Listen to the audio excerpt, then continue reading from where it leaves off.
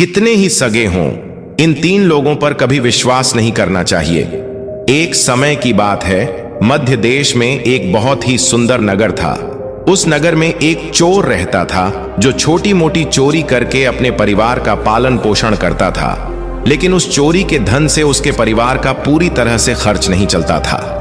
एक दिन उसने सोचा, पाप तो पाप होता है, चाहे छोटा हो या बड़ा। मैं चाहे छोटी चोरी करूं या बड़ी, रहूंगा तो चोर ही।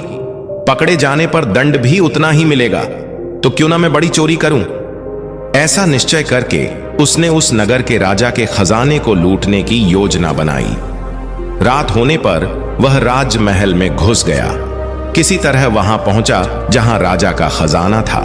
वहां पहुंचकर उसने देखा कि खजाने पर कई सैनिक पहरा दे रहे थे। सख्त पहरा देखकर चोर को लगा, इनकी आंखों में धूल झोंकना बहुत कठिन काम है। ये तो साक्षात काल पहरा दे रहा है।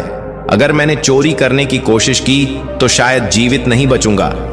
यह सोचकर वह उल्टे पांव लौट पड़ा।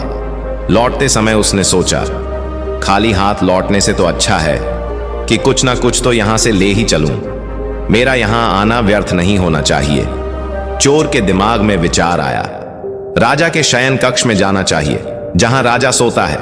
शायद इस समय राजा अपने कपड़े उतारकर सो गया होगा। मैं राजा के राज वस्त्र चुरा कर ले आऊंगा और उन्हें पहनकर आसानी से धन चुराकर यहां से निकल जाऊंगा। पहरेदार को लगेगा कि मैं राजा हूं, तो वे मेरे रास्ते में नहीं आएंगे और मेरा काम आसान हो जाएगा। ऐसा निश्चय करके चोर राजा के शयन कक्ष के पास पहुंच गया। उसने धीरे से पर्दा हटाकर अंदर झांका और नजारा देखकर आश्चर्यचकित रह गया। उसने देखा कि राजा गहरी नींद में सो रहे हैं और उनकी रानी अर्धनग्न अवस्था में पलंग पर बैठी हुई है। रानी को जागता देख चोर के हाथ पांव फूल गए। वह एक तरफ दीवार से सटकर खड़ा हो गया और रानी के सो जाने का इंतजार करने लगा। थोड़ी देर बाद फिर उसने पर्दा हटाकर देखा कि रानी सोई हैं या नहीं, क्योंकि रानी सो जाए तो राजा के वस्त्र चुराए जाएं। लेकिन चोर ने देखा कि रानी अभी भी उसी तरह बैठी हुई थी। यह देखकर चोर ने सोचा, यहां तो बहुत मुश्किल है। वह वहां रखी हुई टेबल पर बैठने लगा। जैसे ही वह टेबल पर बैठा उस पर रखी पानी की गिलास नीचे गिर गई। इस आवाज से राजा की नींद तो नहीं खुली, पर रानी तलवार लेकर बाहर आ गई और चोर की गर्दन पर तलवार रख दी। रानी बोली, कौन है तू और यहां किस लिए आया है? सच सच बता, वरना तेरा सिर धड़ से अलग कर दूंगी। चोर डर के मारे पसीने से लथपथ हो गया और हाथ जोड़कर गिड़गिड़ाता हुआ बोला, रानी साहिबा, मेरी जान बख्श दो। मैं एक गरीब चोर हूं और चोरी करने के उद्देश्य से ही यहां आया हूं। छोटी मोटी चोरी करके अपने परिवार का पालन पोषण करता हूं। अगर आपने मुझे मार दिया तो मेरे बच्चे अनाथ हो जाएंगे। मैं वचन देता हूं कि इस बार मुझे छोड़ दो। मैं कभी दोबारा राजमहल की तरफ मुड़कर भी नहीं देखूंगा। मेरे छोटे छोटे बच्चों पर रहम करो। रानी को उस पर दया आई और उसने कहा, सुनो, मैं तुम्हें एक शर्त पर छोड़ सकती हूं। मैं इस समय काम से पीड़ित हूं।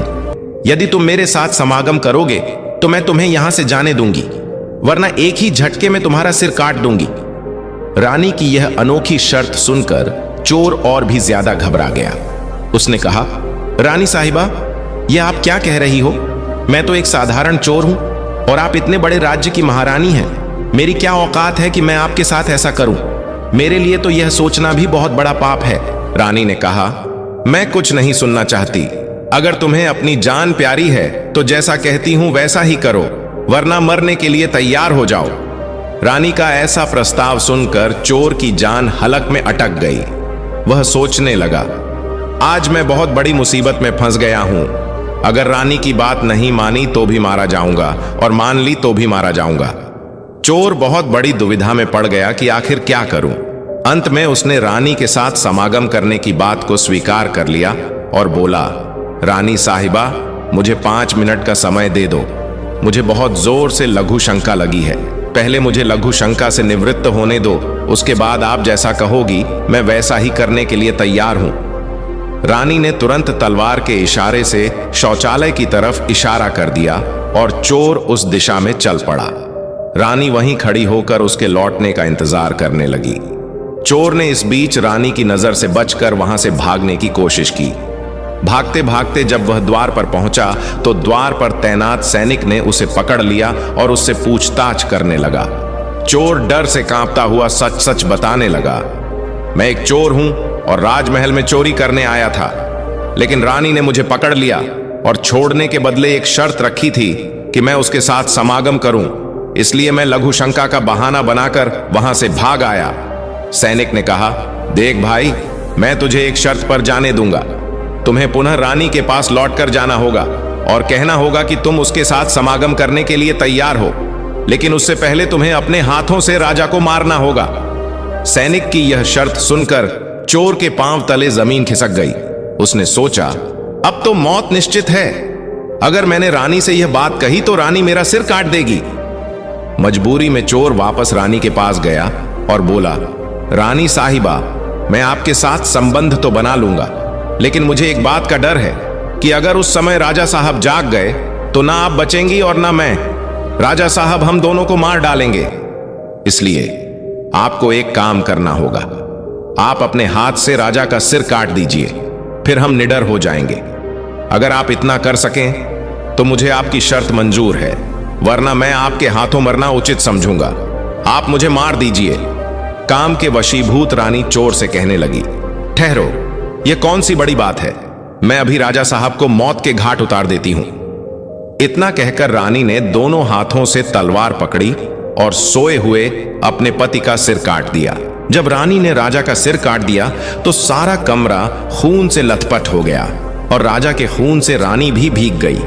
वह भयानक दृश्य देखकर रानी बेहोश होकर गिर पड़ी और उसी समय चोर वहां से फरार हो गया। सुबह राजमहल में शोर मच गया कि कोई राजा साहब को मार गया, मगर राजा को मारने वाले का कोई पता नहीं चल पा रहा था। सब लोग बड़े आश्चर्य में थे कि राजा को सोते हुए किसी ने मार डाला। इधर रानी भी दहाड़ मार मार कर रो रही थी।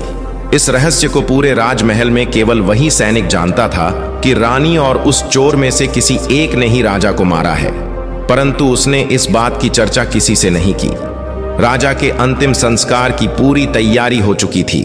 उधर रानी ने घोषणा की कि वह अपने राजा के साथ सती होना चाहती है। यह जानकर किसी ने रानी पर संदेह नहीं किया, क्योंकि अगर रानी ने राजा को मारा होता तो वह राजा के साथ सती क्यों होती। इधर रानी सारे श्रृंगार करके राजा के साथ चिता पर जाकर बैठ गई। राज्य के सभी लोग एक एक करके चिता पर लकड़ी रख रहे थे और उन्हें नमन करके पीछे लौट रहे थे। इस प्रकार सबसे अंत में वह सैनिक भी राजा की चिता पर लकड़ी रखने गया जो इस रहस्य को जानता था। उसने धीरे से रानी के कान में कहा, महारानी, आप तो सती हो जाएंगी, लेकिन मुझे इतना तो बता दीजिए कि राजा को आपने मारा था या उस चोर ने। यह सुनकर रानी चौंक पड़ी। वह समझ गई कि इसका मतलब इस भेद को यह सैनिक भी जानता है। रानी ने कहा, सुनो, राजा को ना तो मैंने मारा है ना उस चोर ने। अगर तुम्हें यह जानना है कि राजा को किसने मारा है तो तुम नगर से बाहर उत्तर दिशा में जो जंगल है उसमें चले जाओ। वहां एक कुटिया में एक बुढ़िया रहती है, वह तुम्हें इस रहस्य को जरूर बता देगी।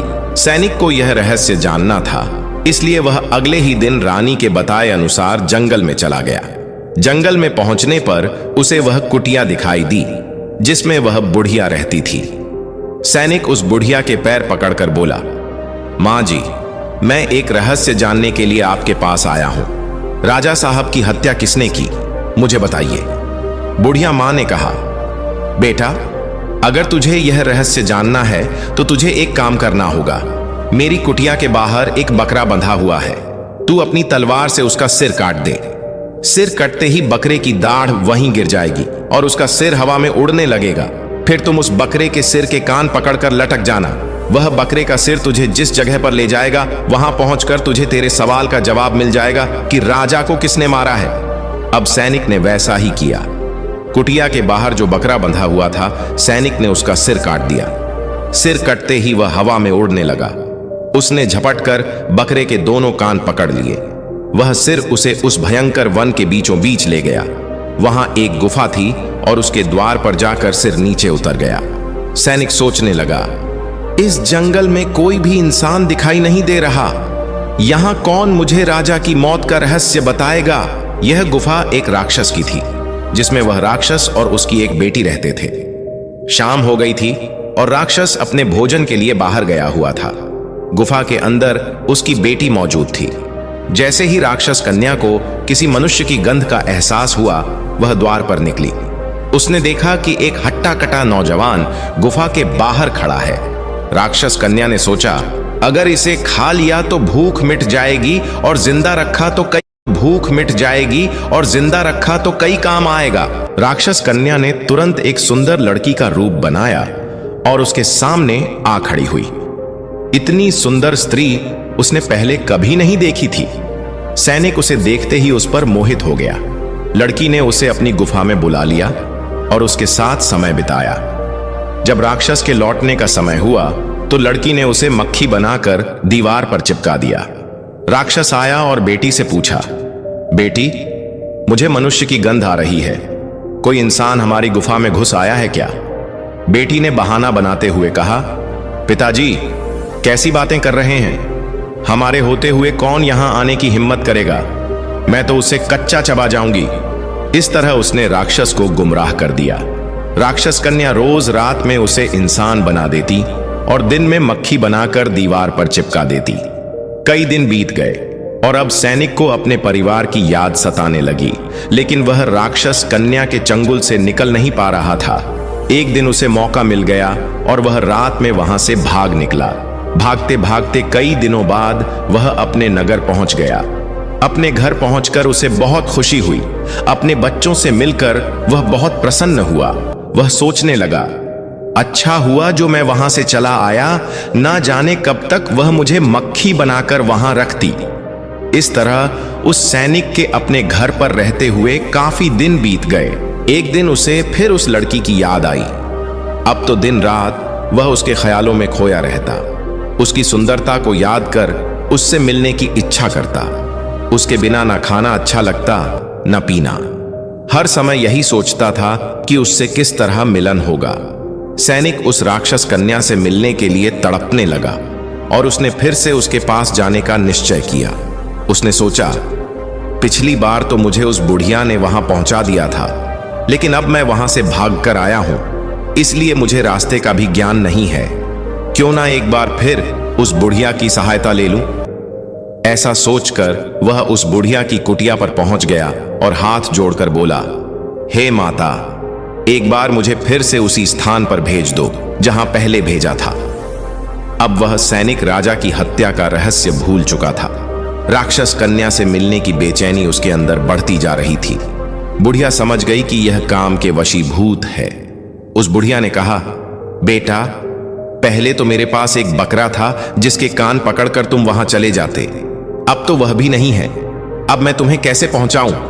तब सैनिक ने कहा, हे माता, मैं जीवन भर आपका गुलाम रहूंगा, एक बार उस लड़की से मुझे मिला दो। बुढ़िया ने कहा, बेटा, मैं तुझे मिला तो दूंगी, पर इसके लिए तुझे अपने बेटे को मेरे पास लाना होगा।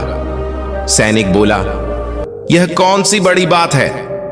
इतना कहकर सैनिक अपने बेटे को बुलाकर ले आया। बुढ़िया ने कहा, बेटा, जिस तरह तुमने बकरे का सिर काटा था, उसी तरह तुम अपने बेटे का सिर भी काट देना। फिर उसी तरह इसका सिर भी हवा में उड़ने लगेगा। तुम इसका सिर पकड़ लेना और यह तुम्हें उसी स्थान पर पहुंचा देगा। काम के वशीभूत वह सैनिक अपने बेटे का सिर काटने के लिए तैयार हो गया। जैसे ही उसने तलवार लेकर बेटे का सिर काटना चाहा, तब उस बुढ़िया ने उसका हाथ पकड़ लिया और कहने लगी, ठहरो, यही तुम्हारे प्रश्न का जवाब है। चाहे कितने ही सगे हों, इन पर कभी भी विश्वास नहीं करना चाहिए। पहले राजा को ना चोर ने मारा था, ना रानी ने। राजा को हवस ने मारा था। जिस तरह काम वासना में अंधा होकर तुम अपने बेटे को मारने के लिए तैयार हो गए, उसी हवस के वशीभूत होकर मनुष्य अंधा हो जाता है और गलत से गलत काम भी कर जाता है। दूसरा, धन के लालच में आकर कोई भी किसी को मार डालता है।